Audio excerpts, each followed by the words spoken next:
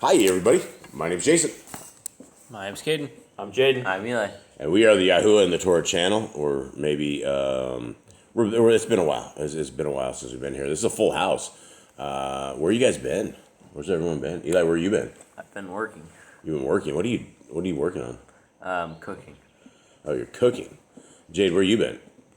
Well, I've been here with you most mornings. Most of the time? Whenever we do the videos, I'm usually here with you. Mystical, where you been? I'm always here. Oh, you're here. You're just never talking. Cade, where you been? Here. I'm here too. Really? I've been here the last few times. Seems like we haven't been. It seems like it's been a dry run here lately on all this stuff. Good news. You guys heard the date of the Bible shipping? Yeah, I think so. When is it? 27th. Yeah, 27th of this month. We are shipping our Yah Scriptures. They will be shipped out of China. They are on their way. We'll discuss that in a second.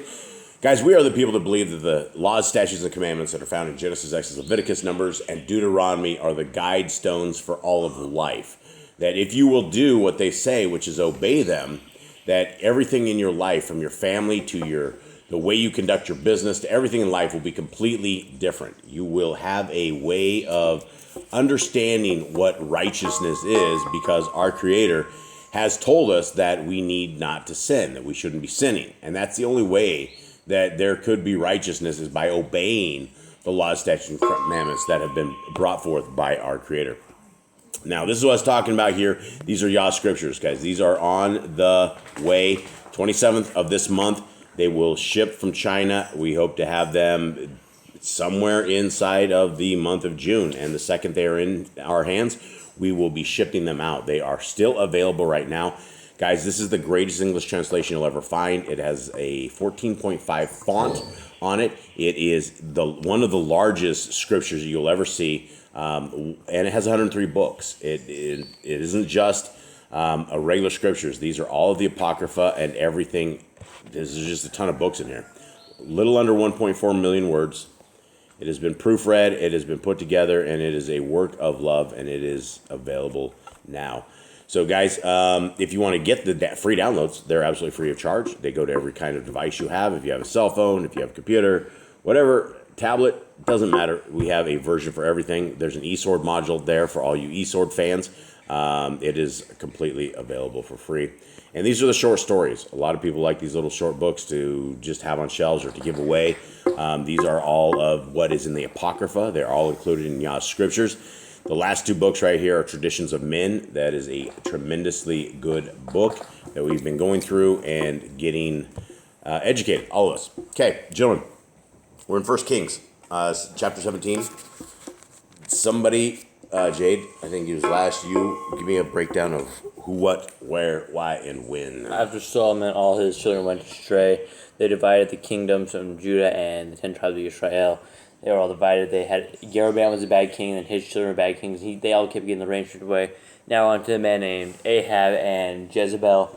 And Jezebel went to and had a miscarriage, and they said her bones would be licked up by a bunch of dogs. And Miscarriage? Yeah, isn't that a miscarriage? What is it called? What? No, I think her baby died. Who is that? Jezebel. Did she, her baby die? Yeah, remember? She went to the prophet, she disguised herself, and he asked her why he would do that. Was that Jezebel's baby? Yeah, I'm pretty sure. I thought that was the other king before that.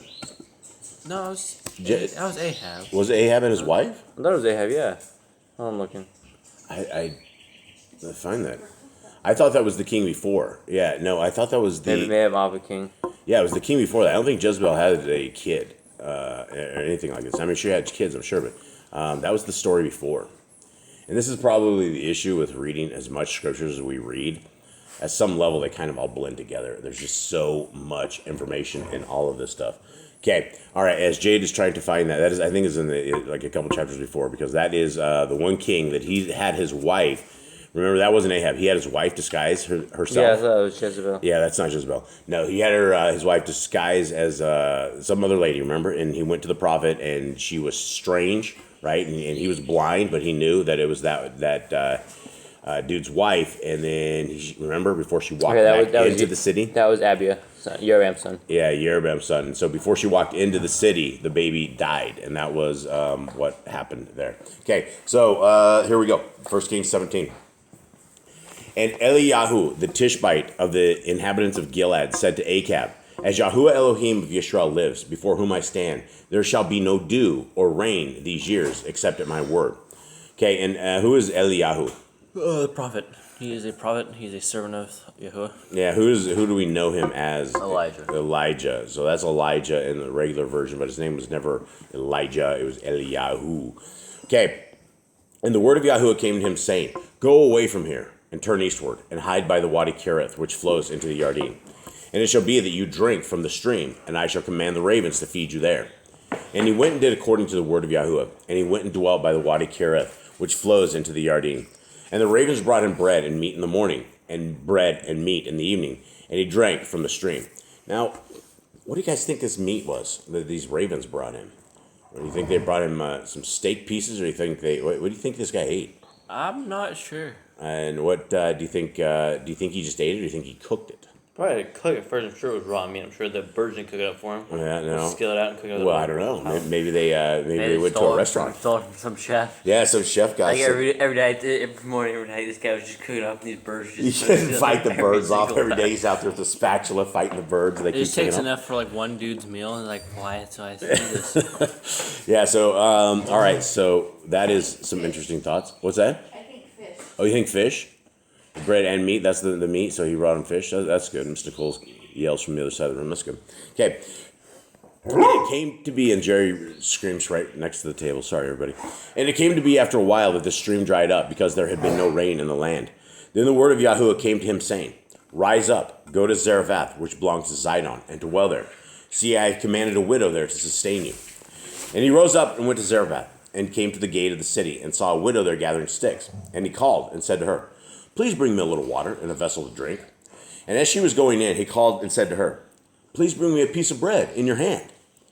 And she said, As Yahuwah, your Elohim, lives, I do not have bread, only a handful of flour in a bin, and a little oil in a jar. And see, I am gathering a couple of sticks, and shall go and prepare it for myself and my son, and we shall eat it and die.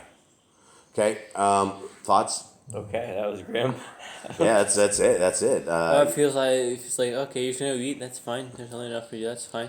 And then she just adds the and die at the end. Well, why would she say that? Why do you? Because there's no rain. There's no food. Yeah, no food. she has no other way. Pretty grim out there. And this is the power of our Creator, is because that's my dog Nora. This is the power of our Creator, is that He knows all of this stuff. He knows our needs. He knows our wants. He knows when we feel like we're just about to die, and He provides for us. All of a sudden, something like Eliyahu comes around and hooks us up. 13, and Eliyahu said to her, Do not fear. Go and do as you have said, but make me a small cake from it first, and bring it to me. And afterward, make some for yourself and your son. All right, is this guy, is he really hungry, or is he testing her? He just tested them. Why is he testing? But why wouldn't he say make a cake for you and your son and me at the same time? Why did he say just bring it for me first? Show of faith. Show of faith, see if she'll do it. Yeah. Okay. Anyone else? Are we testing the little old widow? I guess so. I guess there we are. It seems to be. Okay, 14. For thus said Yahuwah Elohim of Yisrael, the bin of flour shall not be used up, nor the jar of oil run dry, until the day Yahuwah sends rain on the earth. Now, how would that be, Shug, Eli? It's pretty interesting, but I'm just wondering if there's making the bread with just flour and oil. What else do you need? Water, usually. Yeah. I mean, what would happen if you made bread with just oil? It'd be, what would you make, Mr. Cole? If you didn't put water in it?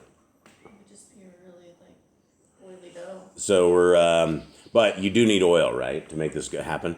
So I don't think they were running low of water. Well, I guess they were. They didn't have any water on the earth. Yeah, there's no water, bro.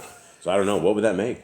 Greasy cakes? I guess so. All right. Well, grease cakes that work. So these guys might get a little acne after eating this thing. So here we go.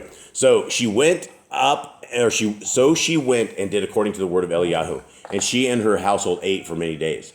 The bin of flour was not used up, nor the jar of oil run dry, according to the word of Yahuwah, which he spoke by Eliyahu. So I'm guessing because he had water, that they must have had water for bread somewhere, or at least enough water somewhere, that it wasn't oil cakes. 17. And after these events, it came to be that the son of the woman who owned the house became sick, and that his sickness was very severe until there was no breath left in him. How long do you guys think that took? I mean, It takes a while. It usually takes a while to get sick to the point of death.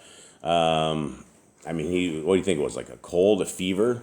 What would ail a kid that he would just die like that? How young is the kid? It's depends on how young he is. Yeah, I don't know. Well, it's young enough. This old timer's able to lift him up. That's one thing for sure. Probably all a right. couple years old then. Nobody has any guesses on sickness. Mr. Cole, what sickness would end up taking out a kid? What sickness was running around back then? There's all sorts. I'm sure there's all sorts of stuff back then. Yeah. Who knows? Okay, 18. And she said to Eliyahu, "What have I to do with you, O man of Elohim? Have you come to me to bring my wickedness to be remembered and to kill my son?" It's interesting. She blames him for this, right? Mm-hmm. And he said to her, give me your son." So she took him from her arms and took him to the upper room where he was dwelling and laid him on his own bed and cried out to Yahuwah and said, "O Yahuwah, my Elohim, have you also brought evil on the widow with whom I am sojourning to kill her son?" So he was in an upper room, but this dude is strong enough to actually, I'm thinking the upper room is like something you have to like climb up to or something of that sort, right? Or maybe there's stairs to it. Yeah, maybe there's like a second floor.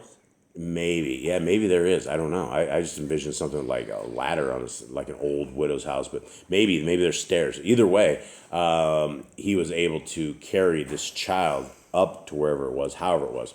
And here is the prophet's prayer to Yah, right? And this is interesting, right? If you're looking at what a man of our Creator says when he's struggling, because obviously he's going to be very upset by this whole thing, right? Because this is his tenant, or he's the tenant of this woman, and now the kid is dead. So 21 says, "And he stretched himself out on the child 3 times and cried out to Yahuwah and said, 'O Yahuwah, my Elohim, I pray, let the life of this child come back to him.' And Yahuwah heard the voice of Eliyahu, and the life of the child came back to him, and he lived. And Eliyahu took the child and brought him down from the upper room into the house and gave him to his mother. And Eliyahu said, 'See, your son lives.' And the woman said to Eliyahu, 'Now by this I know that you are a man of Elohim, and that the word of Yahuwah in your mouth is truth.'" All right, so we have a happy ending at the end of this. The child, I think it's supposed to be a smaller kid, I would imagine, is what I'm thinking. Anyone have anything following up on this? No, really. I mean, this being of Eliyahu, he goes on for a long time, so. Yeah. Okay, well, here it is, folks. We hope that you guys have a wonderful day. Thank you so much for hanging out with us. We will let you go, and we are out. All right, shalom. Shalom.